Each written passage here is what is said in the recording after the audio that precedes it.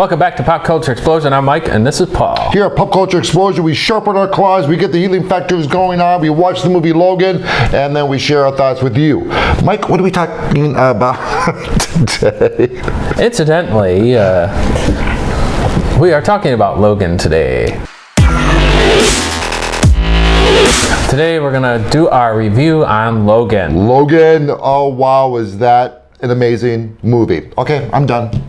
I'm good. Yeah, nothing much to be said there. Hugh Jackman's swan song was epic. I don't know, would you put it in the same category as like an X-Men movie? Or I thought about that. This didn't feel like a superhero movie. It didn't feel like the other X-Men movies. Doesn't feel like an event. It felt like just an action drama to me. Yeah, a comic book movie, but not a superhero movie. Yeah, you know, yeah. I could say.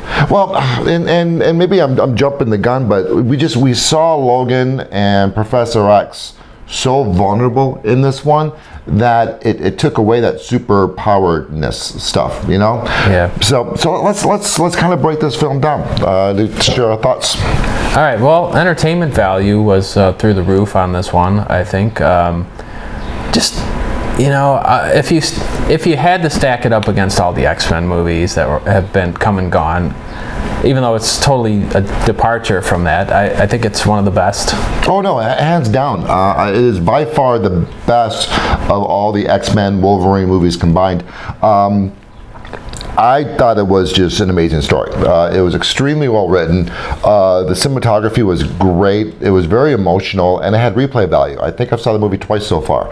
And it's just a great film entertainment-wise. Well, I think that it's very obvious that the crew's heart and soul was put into this film. I mean, you could kind of feel it. Mm-hmm. You know, I mean, there was a very strong tone in this.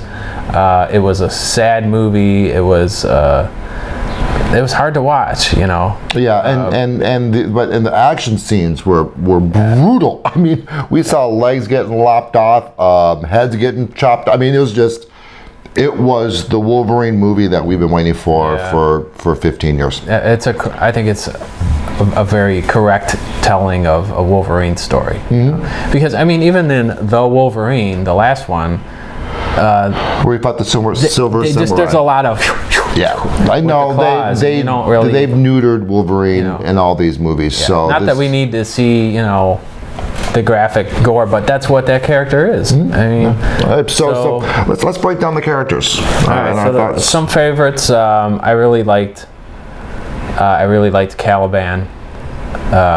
You know, he was the mutant tracker. You know, he appeared in Apocalypse. Again, all these characters are just so broken down and aged. Well, let's talk about Patrick Stewart, Professor X. Now, Patrick Stewart, I became a fan of his in the mid '80s when he was Captain Picard in the Enterprise, and he's always been a very strong, powerful character. He's a powerful actor, and seeing him as this aged 90-year-old Professor X that had dementia, and I mean, he had no control over his mutant powers.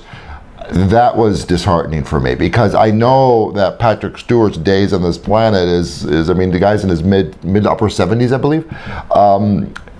It was seeing him that weak was bothersome for me. Yeah, and the other thing about him is he dropped that whole formal Professor X thing that was throughout the original, like in the original. Oh X-Men yeah, movie. I mean, he was dropping the F-bomb. He was arguing. I mean, he stuck on his tongue. No, it was just again incredible performance. Hugh Jackman. They never explained. No, they did explain about his healing factor because of the adamantium was poisoning his system. Yes. And again, seeing him, I mean, he's an alcoholic. He feels obligated and almost forced to protect and support Professor X, and he did not want to do this mission with Laura at all. And just watching him struggle with that relationship was pretty powerful. Yeah, very powerful movie, I think, and it's on a different level than the other X-Men movies. You know, it was so well crafted, the whole thing, start to finish. I mean, everything was great. And what did you think about Laura, X-23? Brilliant performance. I mean, this girl was like 10 years old, and she was vicious. Vicious is the first word comes to Vicious, but she was also vulnerable. You know, I mean, she fell in love with Logan, and you saw that connection there. But no, vicious, adorable. Basically, she you don't get that too. No, I don't know where you've heard that before. It's kind of like a Care Bear with claws, you know. No, I liked her. I thought she was her performance was spot on. Yeah. And then we have Pierce. Pierce, yeah. That guy was a douchebag. I mean, I enjoyed watching him die. I did. He died well. He died well. So all the kids just. Yeah. So no. That was good. He was just, in my humble opinion, he was a two-dimensional bad guy. Nothing really impressive. The only thing remarkable about him was how he died, and that's it. I mean, typical mercenary type of thing. And then we have the clone. Oh yeah! Wow. That was. I had no idea how Logan was going to beat him. It was. He technically didn't. No, the kids helped. You know, and you know the part where he comes in the room and he whacks Professor X. It wasn't computing. I was waiting for Logan to wake up from some nightmare or something, and no, it kept going, and I'm like, that's how he goes out, really? I predicted that Logan and Professor X were both going to die in this movie, and you know, we saw Professor X die in X-Men 2, no, X-Men 3 when he fought Jean Grey as Phoenix, and that death was just so cheap, and they resurrected him at the end of the movie. So again, you kill someone, you bring them back, why bother killing them? But when they killed him in this movie, I knew it was legit, and that was heartbreaking. Yeah, I mean, that whole sequence there, I was like not believing what I was seeing. I was like, what? And then he kills the son, the mother, and the dad, and it's just like... It looked like the dad was about to shoot Wolverine. I don't blame him. Yeah. Don't blame him at all. Yeah. So, and then it was just... That was a left hook that no one saw coming. Mike, on a scale of 1 to 10, how would you rate this movie? It was a 10. Yeah, 10. Again, across the board, great acting, great writing, great blocking. The cinematography was great.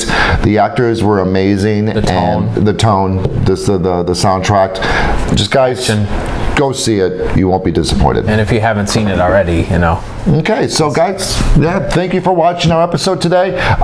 If you enjoyed this episode, smash that like button and you'll have your very own adamantium claws delivered to your doorstep. If you haven't subscribed, subscribe and share this with some friends. Peace out.